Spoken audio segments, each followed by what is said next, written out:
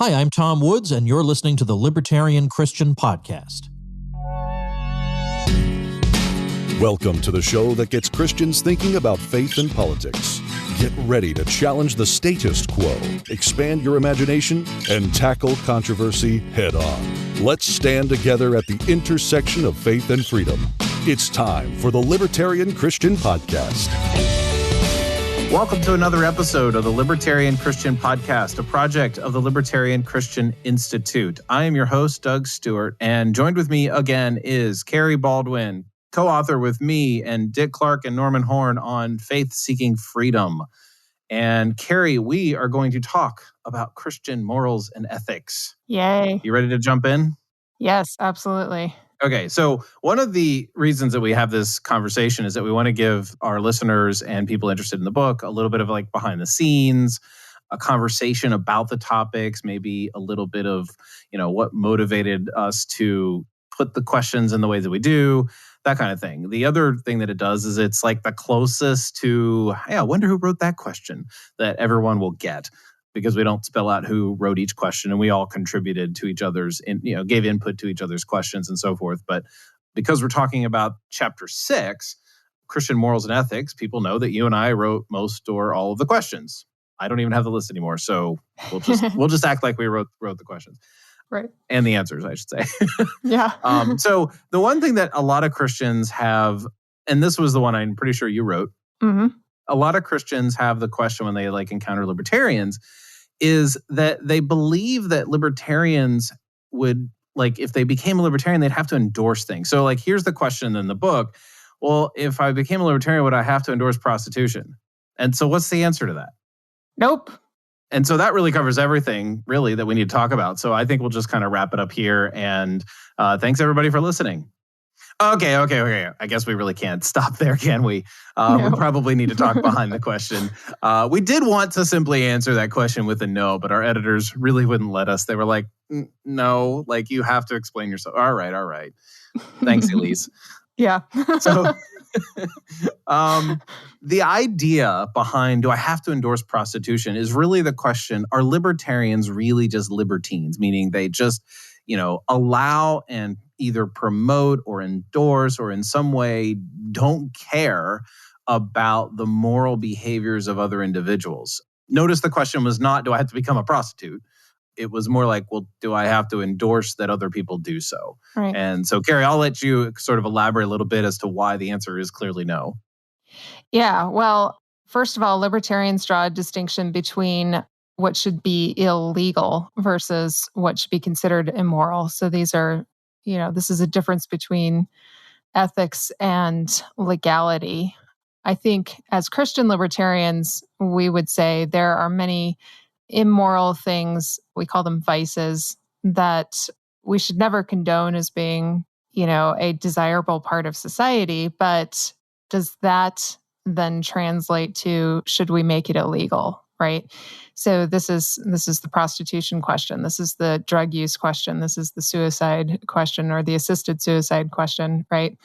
And I think, associated with that, the question of whether libertarians are libertines, I have to say an emphatic no, because the non-aggression principle in and of itself would exclude libertines. But as far as those vices, those immoral things that we don't believe the government should involve themselves with, we would say they're not things that we would endorse. They're definitely things that we don't really want to be a part of society, but we think that there's a better way to handle them than through the strong arm of the law. So how do we deal with rights violations? Why is that the place that libertarians tend to stop? With respect to punishment, most Christians would not outlaw adultery. And so why is it that that's something that, even Christians wouldn't outlaw, but at the same time, murder is something that we would outlaw or make illegal? Right. Well, this goes to the non-aggression principle, right? We can't aggress against other people. And that's a physical action that is taken as a rights violation. Adultery is interesting because it's probably more of a violation of contract.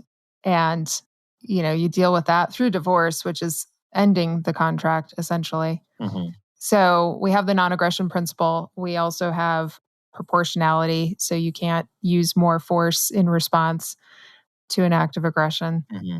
So, but that's, rights violations, that's the limited scope of civil governance.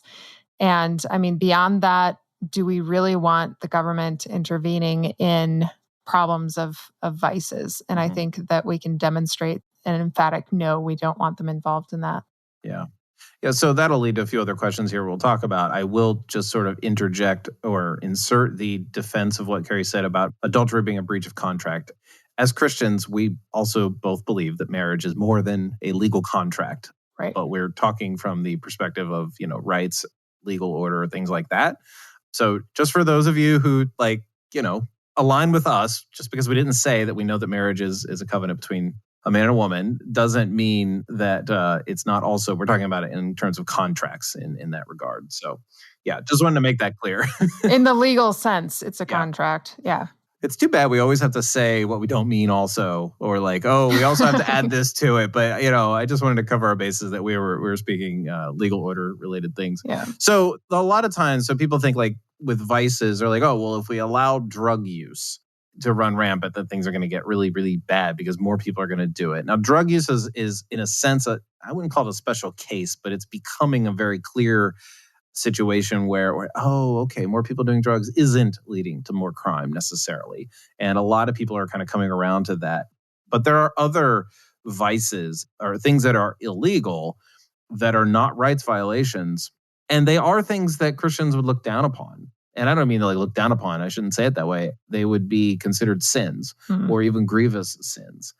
And so with libertarians, I would say that we don't deny that human beings are plagued with the capacity for doing bad things, or we're plagued with vices, I think is the way the book puts it. It's just that we deny that the state's laws are the only ones that are able to restrain it properly. Would you agree with the way I put that?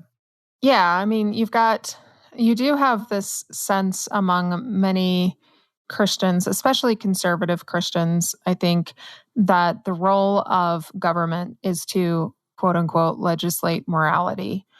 Our favorite theologian who loves to hate on libertarians, Al Mohler, has said this a million times, that that's what the role of the state is to do, is to legislate morality.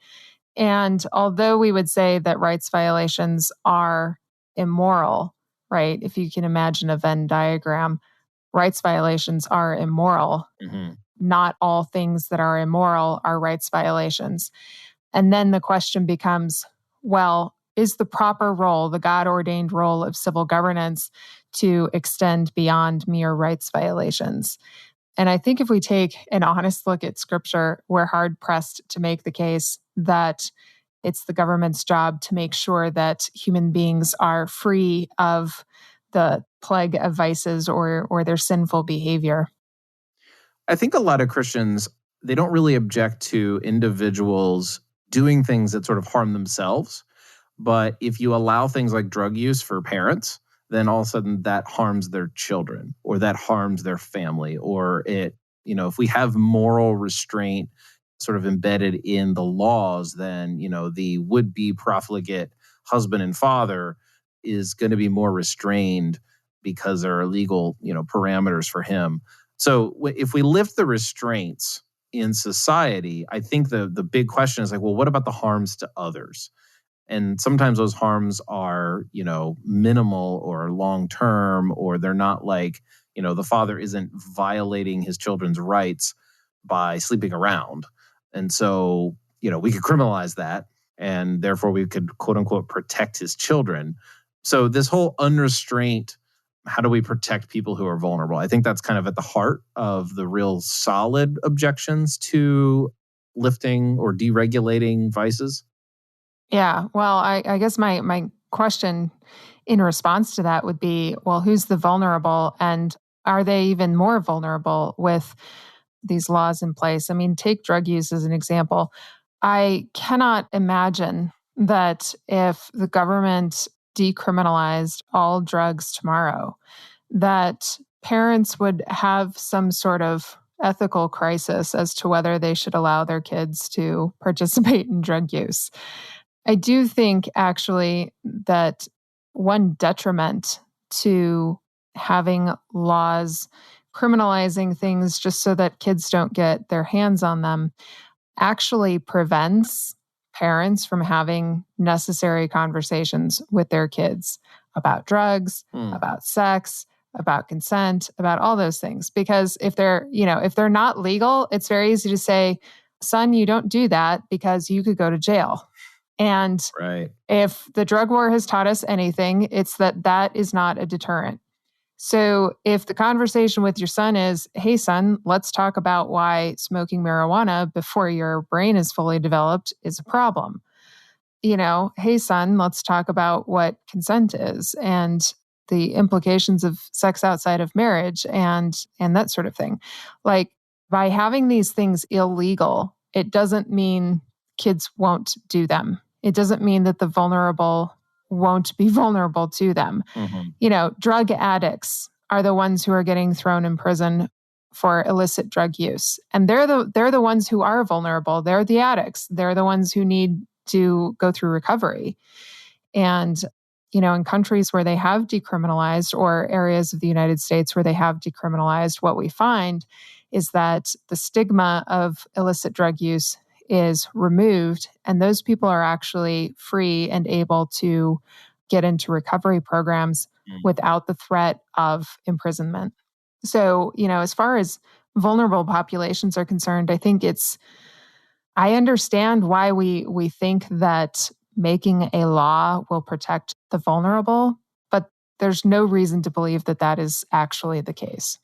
We could also insert the discussion on minimum wage laws if that were part of this content. Right, because exactly.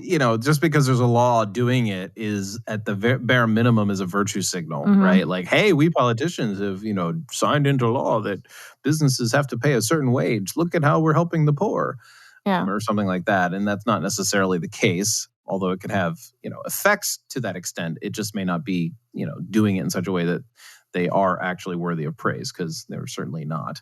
Right. So, little aside here, does it make me a bad libertarian to use, hey, son, if you don't finish up your schooling, if you're a homeschooler, then the government's going to make us send you back to public school as a motivator? Am I a bad libertarian if we do that? I think you're a bad father if you do that. All right. Because I'm contemplating that direction some days. No, I'm kidding. I know the feeling, but the story behind that is that kids aren't always as motivated as you want them to be. So hey, let's use something to motivate them, and that that's in the arsenal. Right. It's just hasn't been fired. So anyway, let's talk about some other societal things, and this is one of the things that a lot of left-leaning Christians are going to talk about, which is the concept of greed. That there's this moral restraint on personal sins that the Christian right tends to sort of focus on or obsess over, really.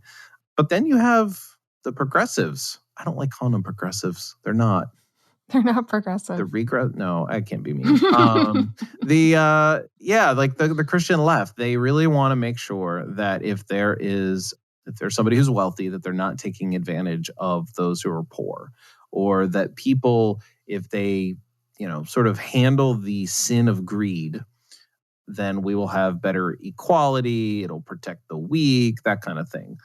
And so, there's a number of things that could be said, in response to this. The thing that comes top of mind, especially as a libertarian, I think the right and the left would probably argue about, oh, well, no, that's not a problem. And the left would say, oh, but look at Amazon, or look at this big company or whatever. And I'm not picking on Amazon. I'm just saying that's what they pick on. Right. And the libertarian has the advantage of saying, whoa, hold on here.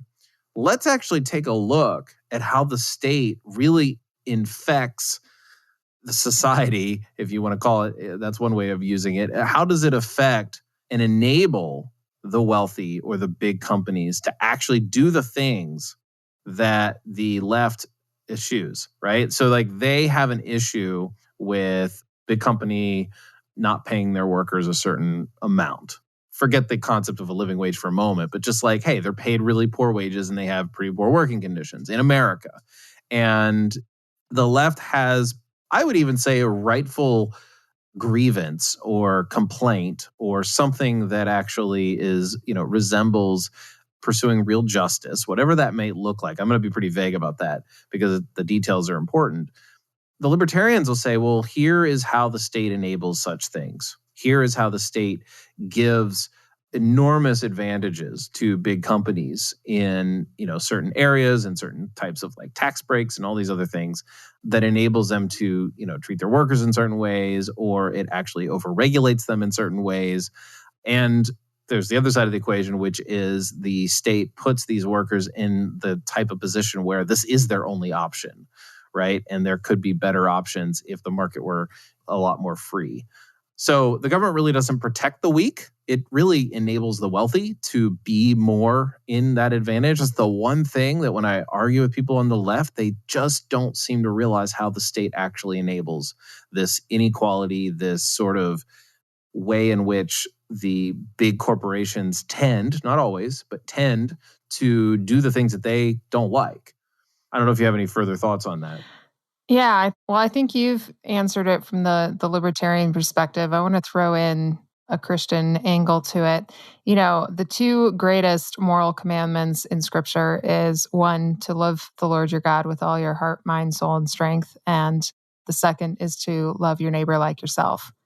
And I'm thoroughly convinced that what the conservative right does is tries to use the civil law in order to get people to fulfill that first commandment, to love God with all their heart, mind, soul, and strength.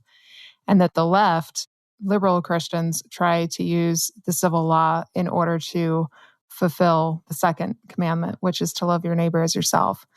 And I want to re-emphasize, because I've said this on here before, I want to re-emphasize the fact that the law of God doesn't actually make us moral. And so there's no reason to believe that using the civil law, which is reserved for rights violations, will make a moral people. It's not going to make liberals love God better. It's not going to make conservatives love their neighbors better. And so we can talk all we want about greed and poverty and some of these other things that, we don't like about society or we don't like about human nature. But the civil law is not going to solve the problem, and it always makes it worse. That's really well said. That's great. So, I think one of the reasons that civil government can't do what you just described is, people have this view. I have a close friend of mine who leans left, although he believes in capitalism, but he believes that the government, and many of people like him, I can't speak exactly for him, but many people like him believe that the government is necessary or supposed to regulate the market. It can't have unregulated market. I mean, aren't we supposed to have rules? And, my thought is, well, of course there are rules. Where do the rules come from and who are making those rules? And the thing that comes up for me when I think about, well, let's regulate Amazon or let's regulate whomever it is, right? And again, we're picking on Amazon because that's the big person to pick on right now, Amazon and Apple. Let's pick on them or let's regulate them. Let's not pick on, that's picking on them, whatever. So let's regulate them because if we do that, it'll thwart greed, it'll protect the people who are on the margins and all that. So here's the question, and we talked about this from a different chapter. It has to do with like the nature of governments, and Edmund Opitz quote, it's like the government isn't just this like faceless entity. These are actual individuals. Well, how are they making the right decisions? How do we know that they're making the right decisions? Are they making the right decisions because they have a inherent sense of justice and they're just, going after snotty companies? Some people will get that reference, who are just not doing well. And they're just like, hey, you guys need to be regulated because you're not doing well. And they just have this, inherent sense of justice.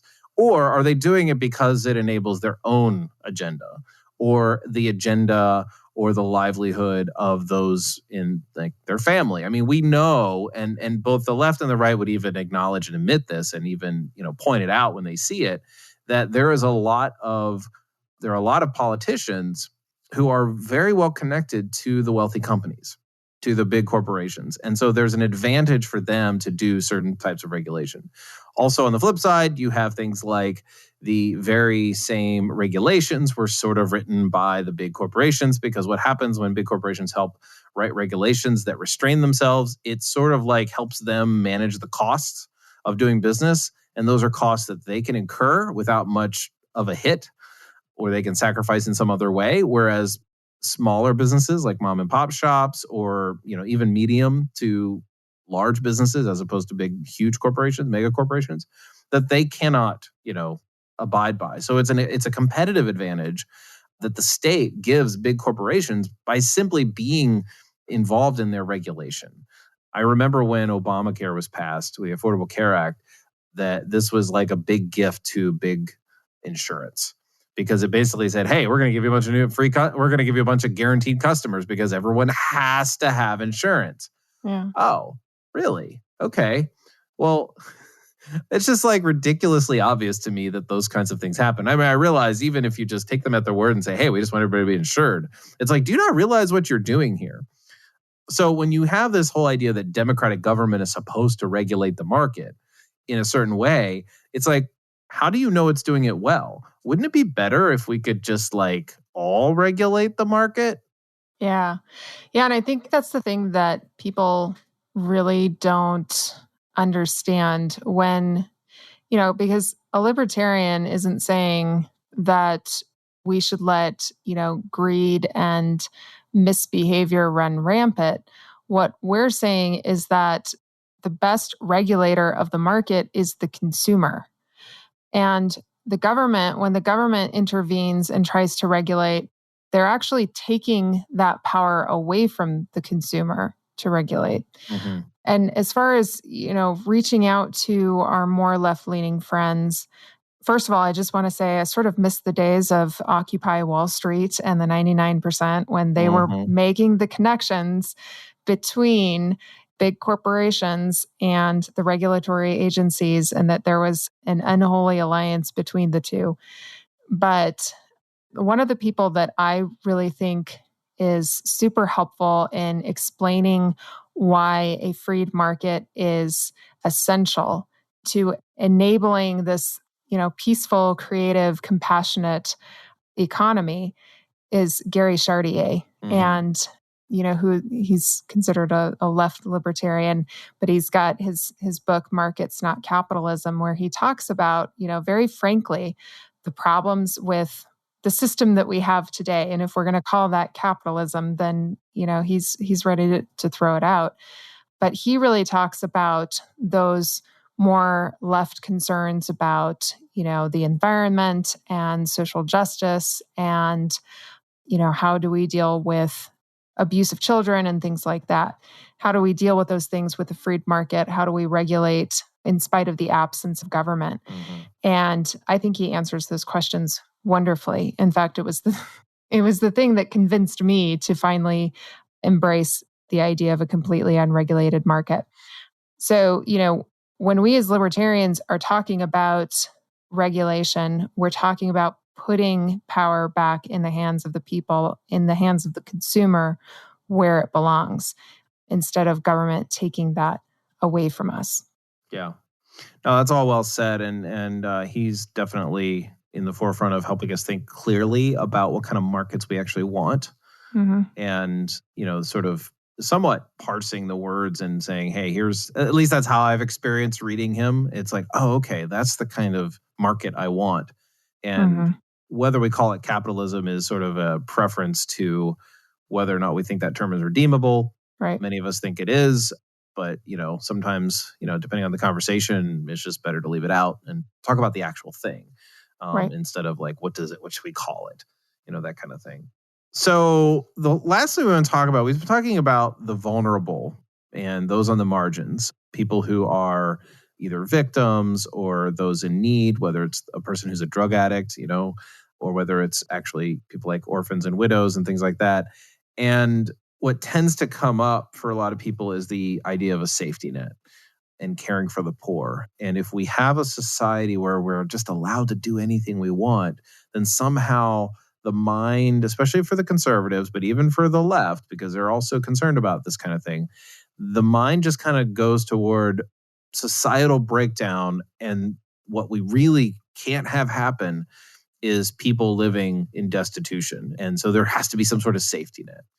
And so the idea here is that people envision a world where if we have a minimum amount of laws to help people in welfare, that's where the right would sort of like leave things like, okay, minimal state for like, the actual destitute. And then you have people on the left saying, no, we need robust systems. We need the government to sort of, prop up everybody so that nobody falls through the cracks and so that everybody has opportunity and can, make their way up the ladder, et cetera, et cetera.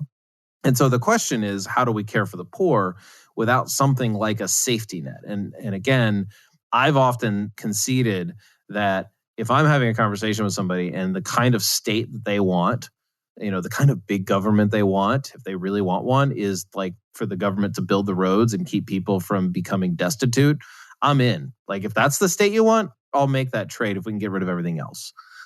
So that's my little like concession. At the same time, I think if those are the last things that we do, we say like peel the state away and take away all the other things, we won't need the state, first of all, to help the poor, I don't think. And we probably wouldn't need the state to build the roads. Right. So there's a little bit of like a trick to my concession, but I'm like, look, for the sake of argument, if like seriously, it's like 1% of the national budget, the federal budget, or it's like 1 to 3% of the federal budget. I looked it up last year or something that is about poverty. Now, roads and stuff is much more major. But like, look, if we have a 98% smaller state, I'm good. Yeah, well, I think when we talk about the welfare state, we have to also include corporate welfare in on that. And corporate welfare, and that's money that is going to colleges or agriculture or war spending or that sort of thing. You want to get rid of like those things? Awesome. Let's get rid of that, because that is way more, like you were saying, way more spending than, food stamps. I will say from personal experience though, because I've been on food stamps after my divorce, I had to get on food stamps. From the perspective of somebody who was in poverty and still technically am, food stamps are a double-edged sword. They de-incentivize you from actually building your income, because as soon as you make more than $50 from your previous month, because you have to report every single month, if you make $50 more, you risk losing some of your food stamps. You risk getting that knocked down. And so I do have a problem with that quote unquote safety net, the way it operates right now, because it de-incentivizes people from actually building up their income and climbing up that ladder and getting themselves out of poverty. But I do believe that, if we had our choice to actually start stripping away and reducing the size of government starting tomorrow, I would say we go after the big numbers. Like the people on welfare, the individual people on welfare should be the last thing that we deal with, I think. Yeah, and it also should be said for our American listeners that, or for, I guess for anybody who wants to know how it works, is that usually, now there are federal funds that go toward this, but like usually the welfare is state related. And so even if we abolish federal welfare regulations in America, that wouldn't mean that there is nothing on the state level. Or even if states all abolished, their welfare for individual citizens, that doesn't mean that cities can't do certain things and have certain programs. And, the localer the better is the way I say it. Yeah. And I think, we do have private charities. We have plenty of private charities who are capable of creating that safety net and who want to create that safety net. But, state regulation gets in the way. I mean, I remember one time very early on, I had just gotten on food stamps, and I also went to go visit a, what's it called? What are those things called? Food bank? Yeah, food bank. And in order to get food from the food bank, they had to verify that I was on food stamps, and they took a quantity of money out of my food stamps for what I got from the food bank. So it's a complete double-edged sword. Like the state doesn't allow those people who want to voluntarily provide a safety net, they don't allow them to operate the way they need to operate. And again, we should get them out of the way. They do a way better job of providing for that. And I think I want to emphasize that as libertarians, we're not saying we shouldn't take care of the poor, or that we should leave them to themselves, or that they need to bootstrap it until they're successful. We're saying that the state is not a good way to provide that safety net. Yeah. We recently did an interview with James Whitford of the True Charity Initiative, and he is doing amazing work. Our website actually has a series of articles that features his organization in a certain way. And so I would strongly recommend that individuals, look toward that. I'll also have to note, your experience there talking about the incentives to not earn any money as much as $50. My goodness. There's a perverse incentive happening right now in 2021 where there's stimulus money and unemployment money going to people who are out of work because of COVID that could, in theory, go back to work, but they're not because it's an extra $300 or $600 a week. Right. A week. That's not nothing, right? So, you sit here and you look, like, I can't imagine, Kerry, the situation you were in. You're like, I can't even earn $50. Like, what? Yeah. And so that situation is a dire situation, but we can even sort of see what's happening and the effects of it now in a different situation where there are people who actually have good work that they could go do, but they can't go back. In fact, I actually know somebody who earlier in 2020, when people were allowed to go back to work, reopen safely in that slow, methodical way that our governors thought was safe, whatever, their employees were actually like, wait, we don't want to go back to work. We're getting $600 a week extra to stay home. Yeah. And, it's like, oh, what do you do with that? And the idea, at least that was given to me, was something along the lines of, well, that's how they're going to try to sneak in doing a $15 minimum wage. It's like, well, if employers can just pay $15 an hour or more, or $15 an hour in a week, that's $600. And so it was sort of like a way to incentivize employers to just pay more. Which isn't quite working. So now they're doing other means, at least in my state. But right. I want to end on a note that I've harped on this quite a bit, which is how do we care for the poor? And you have the left saying, well, we need, sort of a welfare state. And by welfare state, they don't mean corporate welfare, even though they're the ones who enable most of it. Right. Well, that's not true. They enable it as much as the right does. But the right is like, no, it needs to be the church, and it needs to be private individuals doing charity. And, when Jesus speaks to his fellow Israelites and to the people whom he's speaking to, his followers, Jesus is talking to individuals, and they are supposed to take up the personal cause of caring for those on the margins. Well, I think there's another way. And I think that, of course, that's true, that we are individually supposed to take upon ourselves some responsibility for those who in our sphere who need to be taken care of. That doesn't mean we take care of them. That might mean we fund somebody who can take care of them. So we have charity.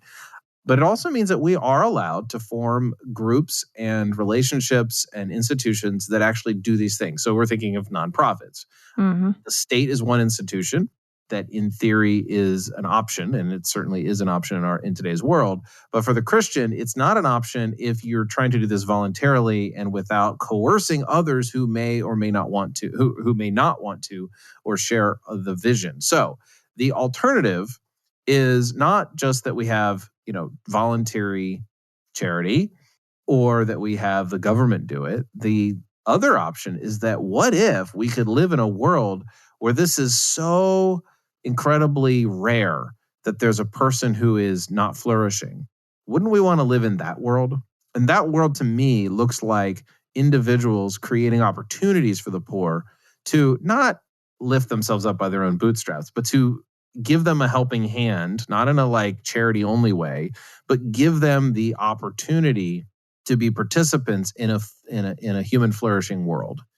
Right. So that could be a Christian business person starting a business. That could mean a person doing, nonprofit work where those people are being given a job and given skills so that they can then start their own businesses. It doesn't have to be about entrepreneurship, although that is a very major prominent movement in evangelical world, is to enable the poor to become entrepreneurs. And I think that's really important because that's truly an important role. But it doesn't have to be that way. The option is not to have charity or welfare. The option for human flourishing is far more varied than just those two options. And I think we sell ourselves short when we just respond to, well, the government shouldn't do it. That should be churches or individuals. It's way beyond that. Right. Because at some point, I mean, you think about the way the poverty rate has plummeted in the last 3 decades in our lifetimes. It's plummeted. Mm-hmm. It's really, really small, right? So imagine that keeps going, and it probably will taper off a little bit near the end, where we get to the point where no one is truly destitute and poor, or that those who are, it's temporary, or for those who are, it's like it's not that many people. Can you imagine like churches not, again, I'm not saying this will actually happen, but I can just sort of imagine a world where churches don't have as many poor mouths to feed. Mm-hmm. Right. And so that we're actually integrating people into our society, so where we are actually in a wholesome community, rather than there are the people who are haves and then there are people who are have-nots, and the haves help the have-nots. Like we all have something to give. Right. Well, and Doug, have you heard about the tiny houses that people are trying to make for the homeless? Yeah. I think that's one example, like one real world example of what you're talking about. Right? We can actually get people off the street and into a tiny house that at least sets them in the right direction so that they can start building their wealth and getting to a point where they could actually afford to move out of that tiny house. Yeah. And those things cost like, peanuts compared to, all of the tax revenue that is spent supposedly to combat quote unquote, spent to combat poverty. It's like, no, there are people out there who are so innovative and creative and actually compassionate that they have this idea they might actually build tiny houses for homeless people so that they have a place to stay and actually, restart their lives. And somewhere out there is a politician saying, that makes me look bad, so I have to regulate it out of existence. Right. And it's sold as, we need to make sure that those tiny houses are safe for those poor people. And, so they regulate it so that it jacks up the cost. Well, it's probably safer than the underpass. Right, exactly. The underpass, I mean, you've seen those pictures with they add those little concrete spikes so that you don't have people sleeping under the underpass. It's like, you're very kind. I'm glad that you're ending poverty. I don't understand. Like, how like there's some things that are outlawed because certain industries want there to be like higher regulations to, create barriers to entry. Mm-hmm. What industry? I can't imagine an industry that says, we can't have people making a profit off of poor people because that eats into our profits. Like, right. Yeah. Anyway, I don't know. It's just nuts to me how enabling the state is to all kinds of things, enabling vices, to enabling people to be greedy if they're, in corporations. One thing we haven't talked about, which Norman and I have talked about in passing, is the existence of unsound money creates very perverse incentives on even morality basis. So we'll have to keep that to another episode.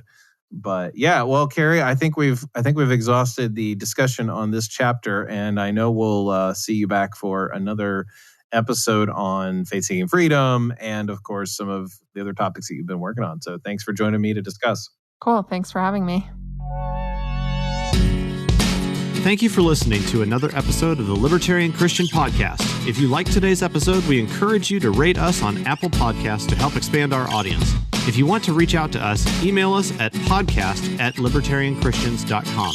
You can also reach us at LCI Official on Twitter. And of course, we are on Facebook and have an active group you are welcome to join. Thanks for listening, and we'll see you next time. The Libertarian Christian Podcast is a project of the Libertarian Christian Institute, a registered 501c3 nonprofit. If you'd like to find out more about LCI, visit us on the web at libertarianchristians.com. The voiceovers are by Matt Bellis and Catherine Williams. As of episode 115, our audio production is provided by Podsworth Media. Check them out at podsworth.com.